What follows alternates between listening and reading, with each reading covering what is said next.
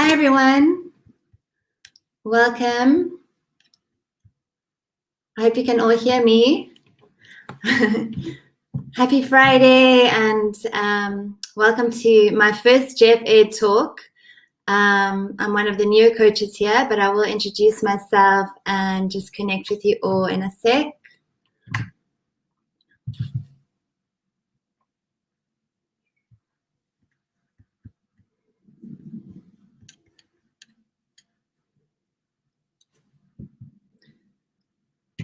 Hi, everyone. Welcome. Hey, and welcome to my first Jeff Ed talk. I'm one of the newer coaches here, but I will introduce myself and just connect with you all in a sec. Hi, Natasha and Cans. All right. I can see all the comments coming in now. Great. So I'll get going. It's Friday. I'm sure you all have some exciting plans for your weekend. So just want to wish you a happy Friday and just introduce myself. My name is Angela Holderness, and I'm affectionately known as Coach Ange in the Jeff community. One of the newer coaches here, not new to wellness, but yeah, definitely just finding my feet in the Jeff community and just absolutely loving being a part of such a special community. And it's such a privilege and an honor to be here and to be able to share my expertise and my passion with you all. So a little bit about myself. I have a background, actually a Montessori teacher by my first profession, but then went on to study natural nutrition, a functional medicine health coach, a yoga and meditation teacher, and a healer as well. So I've traveled extensively, learning all sorts of different ways to heal one's body, mind, and soul. And a DNA analysis as well. I can look at your DNA results and give you a good idea of small ways to improve your lifestyle. And today I'm going to share my reflections on how to eat. It's not only what we eat, but it's how we eat that's so important. So yeah, in my short stint of being a coach here so far, what I've really noticed from the food pics that come through every day, it's really quite amazing what you can learn from what people send through on the plates. I mean, it's just so fascinating, and it really just got my thinking going, and wanted to share my reflections on that. So in this culture that we're living in, it is so much a eat on the go kind of culture. We are running from one thing to the next. And as a result, what I'm noticing as well across the board is just so many digestive issues and struggles as a result. And applying my Ayurvedic background and my functional medicine background to this dilemma, I just wanted to touch on digestive health and how this kind of living can really impact the digestive system. So from an Eastern perspective, the digestive fire is very important. The strength of the digestive fire is really important in digesting our food. And this is connected to the gut. And from a functional medicine health perspective, this is from the Western perspective, this is also very much connected to gut health. So they work together. And there are simple ways that we can change the way that we eat in order to really assist and help our digestion to work better. So some of the ways that we can do that, routine is very, very important. So this is number one, to align with the circadian rhythms of your body. Our stomach is most active between 7 and 9 a.m. in the morning. This is when our stomach meridian is really strong and can digest a really good breakfast during this time. It's suggested to have a good breakfast between 7 and 9, and most of your meal at lunchtime, your main meal at lunchtime, and a lighter meal in the evening. This just really helps the body to know when it's going to be receiving food and when it's not. So it almost prepares the body and preps the body to be ready to receive food during these times. And it's very, very calming for the nervous system, for the digestive system to know, to be aware of when it's receiving food, what it needs to do, and to have that consistent rhythm. I've seen so much erratic eating, which can really cause havoc on the digestive system. It's important to sit down and create a space away from your work, away from your desk. Really create a space where you can be mindful and present with your meal, that you're not working on the go, thinking about other things. Allow your body to rest and to receive the food that it needs. To have gratitude for your meal. This is really important. It can literally shift the vibrational frequency of your food, to just bring that gratitude for having a beautiful meal to eat. I mean, we are in a country where many people are on the street digging in bins, and to just really infuse your meal with gratitude for that moment.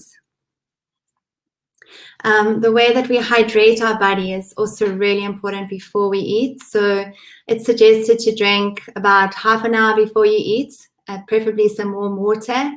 I sip on water regularly through the day. And in the Eastern cultures, it's suggested to have warm water mostly. So this also just helps the digestive system to process food better. And to drink half an hour before, and to wait a while after you've eaten, to allow your digestive enzymes to do the work that they need to do. So give yourself a break after your meal, and wait maybe an hour before you start sipping on your water again. To drink herbal teas in between. This also just helps the system. Warm water again, and lots of herbal benefits in the tea. I always tell my clients to eat like a rainbow. It sounds really cheesy, but honestly, there is so much nutrient in a variety of food. It infuses the body with phytonutrients, and the more variety we can get, the better. I trained with a really amazing functional medicine doctor called Deanna Minnock. She is passionate about eating like a rainbow. And if you look at it from a chakra system, every single color that you're eating connects to a certain part of the body's function. So, for example, the color red is really good for immunity. The color orange is really good for reproductive health, and yellow for digestive health, green for cardiovascular health, purple for brain health, and so on and so on. I really suggest that you really max out on your non-starchy veg as much as possible. Fill that plate with beautiful colors, as many as you can. Bring your full awareness to your meal. Be present with your meal. Really take a moment to savor the experience of the flavors, the sensations, the texture. Be mindful of what you're doing in that moment. Chew slowly.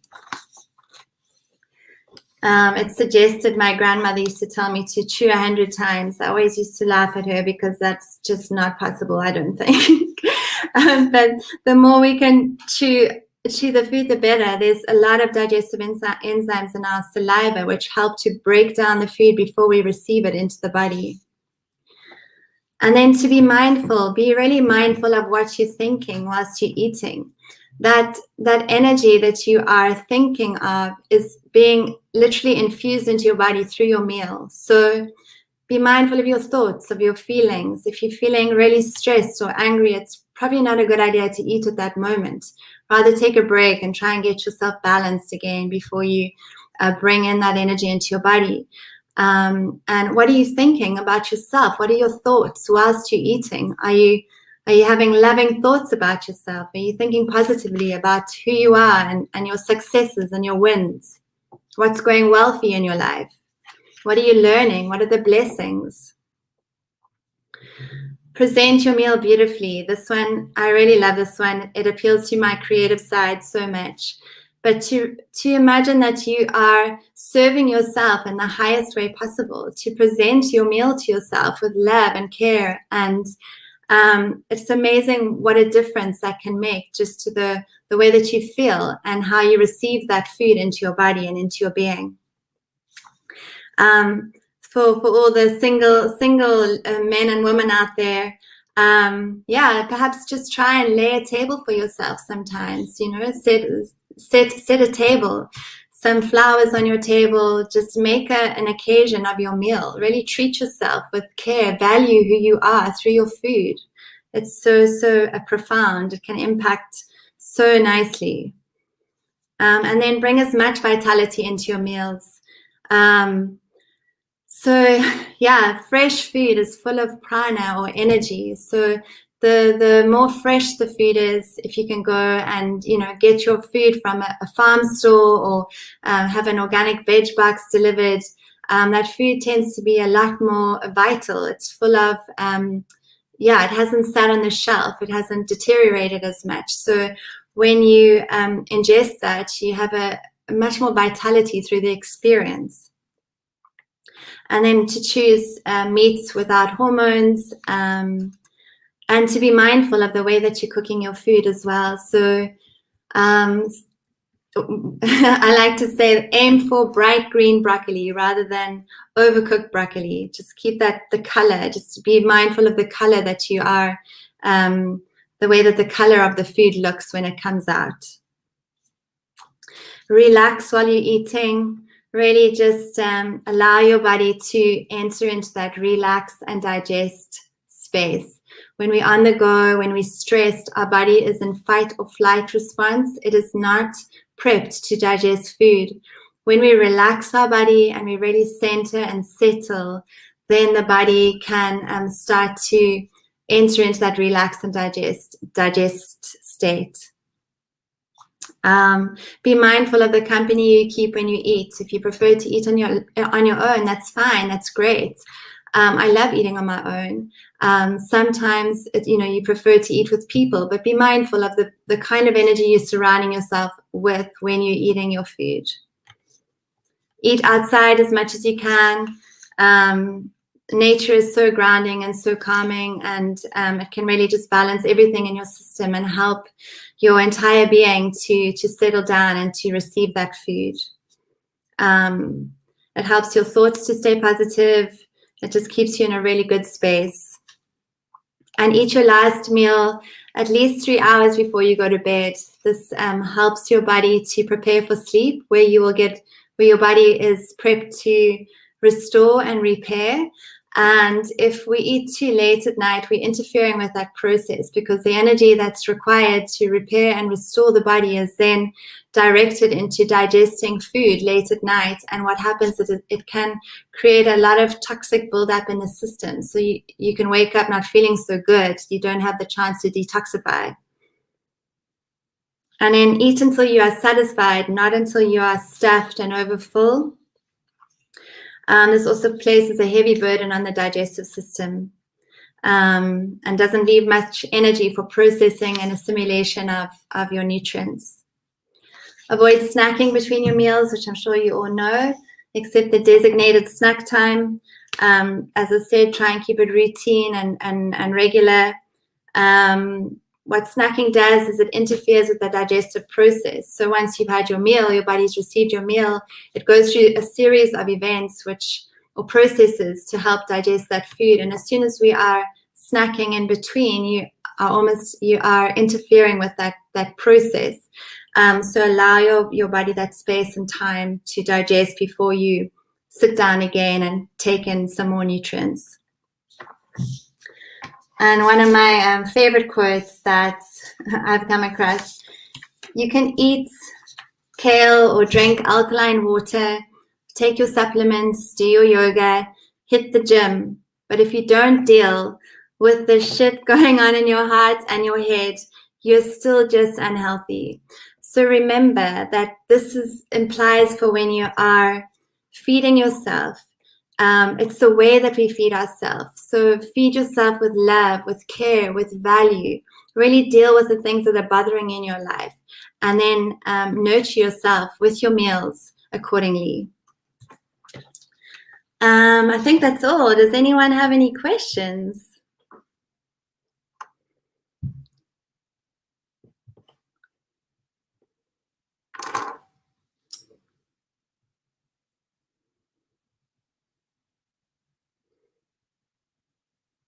Sweet. No questions coming through?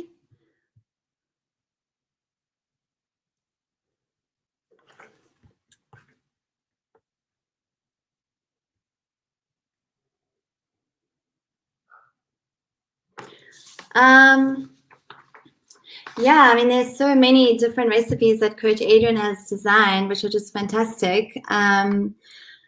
I'd have to, yeah, eggs on the go. I mean, anything, as long as if you on the go, just be prepared, pack everything that you need, and then just take that moment, even if it's just 5 minutes.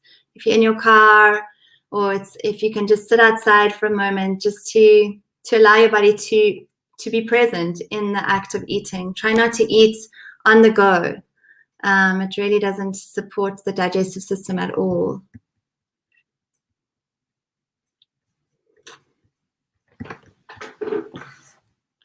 I guess another thing that's also important to pay attention to is to eat within the seasons. And so, yeah, I mean, we've been given so many wonderful guidelines around food, but try as much as you can to align your non-starchy veg and what is allowed in your nutrition plan to align with the seasons.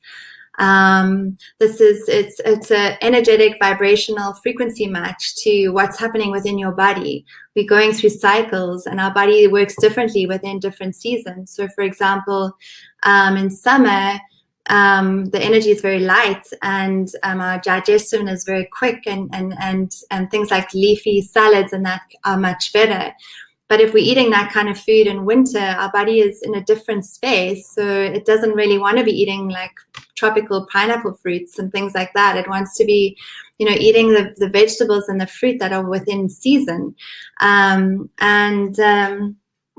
Yeah, so lots of soups and stews and nourishing foods. Yeah.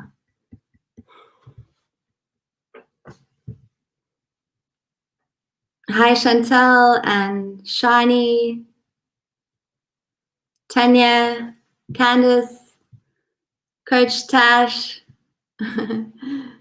So wonderful to see you all.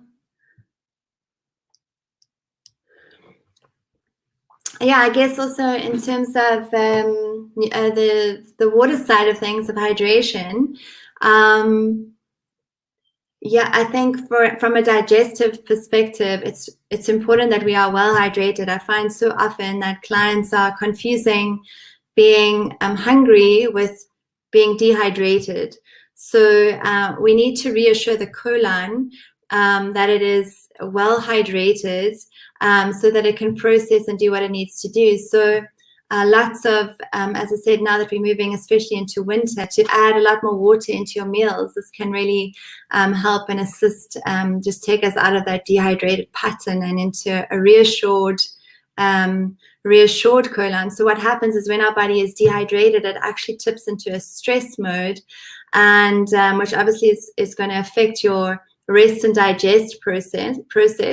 When our body is well hydrated, our body is relaxed and calm, and it can easily go into rest and digest. So just to make sure that you are definitely getting in enough water, and to use that within your meals as well. Yeah, lots of what I suggest is things like rice congee or soups and stews, which are really, really reassuring for the digestive system. Come on, guys, there must be a question somewhere. Hi, Lara. Wow.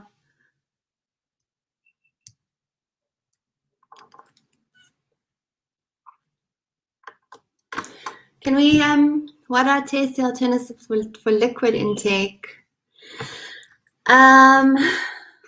So lots of herbal teas. You can drink a lot of different herbal teas. The chamomile, licorice is really good. Mint tea. yeah, there's a variety of different. Fennel tea is fantastic for digestion. Rooibos tea obviously is really great as well. If you've got, if you allowed fats in your diet, then a turmeric latte with some almond milk would be great. But that's more a nourishment than a liquid. Yeah, just water, warm water, guys, is the best thing ever. And to wake up with some warm water first thing in the morning is also recommended. So as you wake up, to have some hot lemon and ginger in some hot water. This also preps the digestive system and really prepares the body to have a really successful time at digesting your meals through the day. It stimulates the digestive fire. So from an Ayurvedic perspective, this is a very, very important tip that is suggested through Ayurveda is to drink the hot lemon water. It stimulates the digestive fire, which is your Pitta dosha. This is a good way to get the system revved up and ready for metabolism.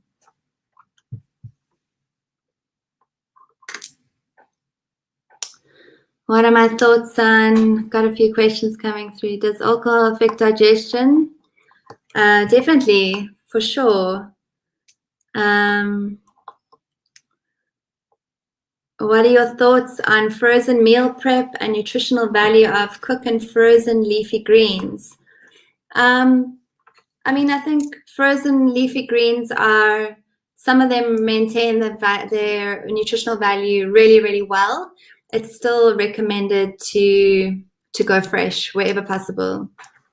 Yeah, it's very easy to grow sunflower shoots or a baby spinach. These are very also just tasty. They don't have that bitter taste so much. So easy to eat, easy to add to any meal. And the leafy greens are fantastic at balancing acidity in the body. So if you are eating protein late at night, try and balance it with lots of leafy greens.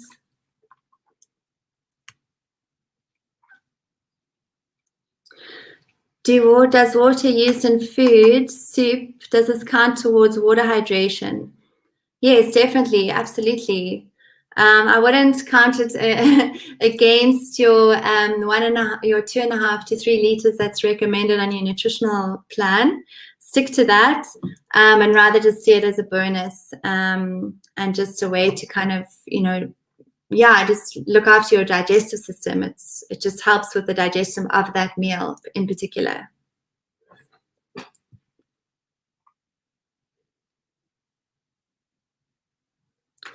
Some people are waking up in the night with bladder struggles. Definitely the sassy a lot. There's so many reasons this can be happening. Definitely try and get your water in earlier in the day, perhaps. But there's so many underlying issues that could be causing that. I wouldn't not drink water because of that. I would look at other things. There's lots of things there. I'd have to go into a whole consultation to dig deep into that. Anyway, I think that's it. Can we share the picture, please, on the screen, just to give you a quick little visual of what we've been chatting about?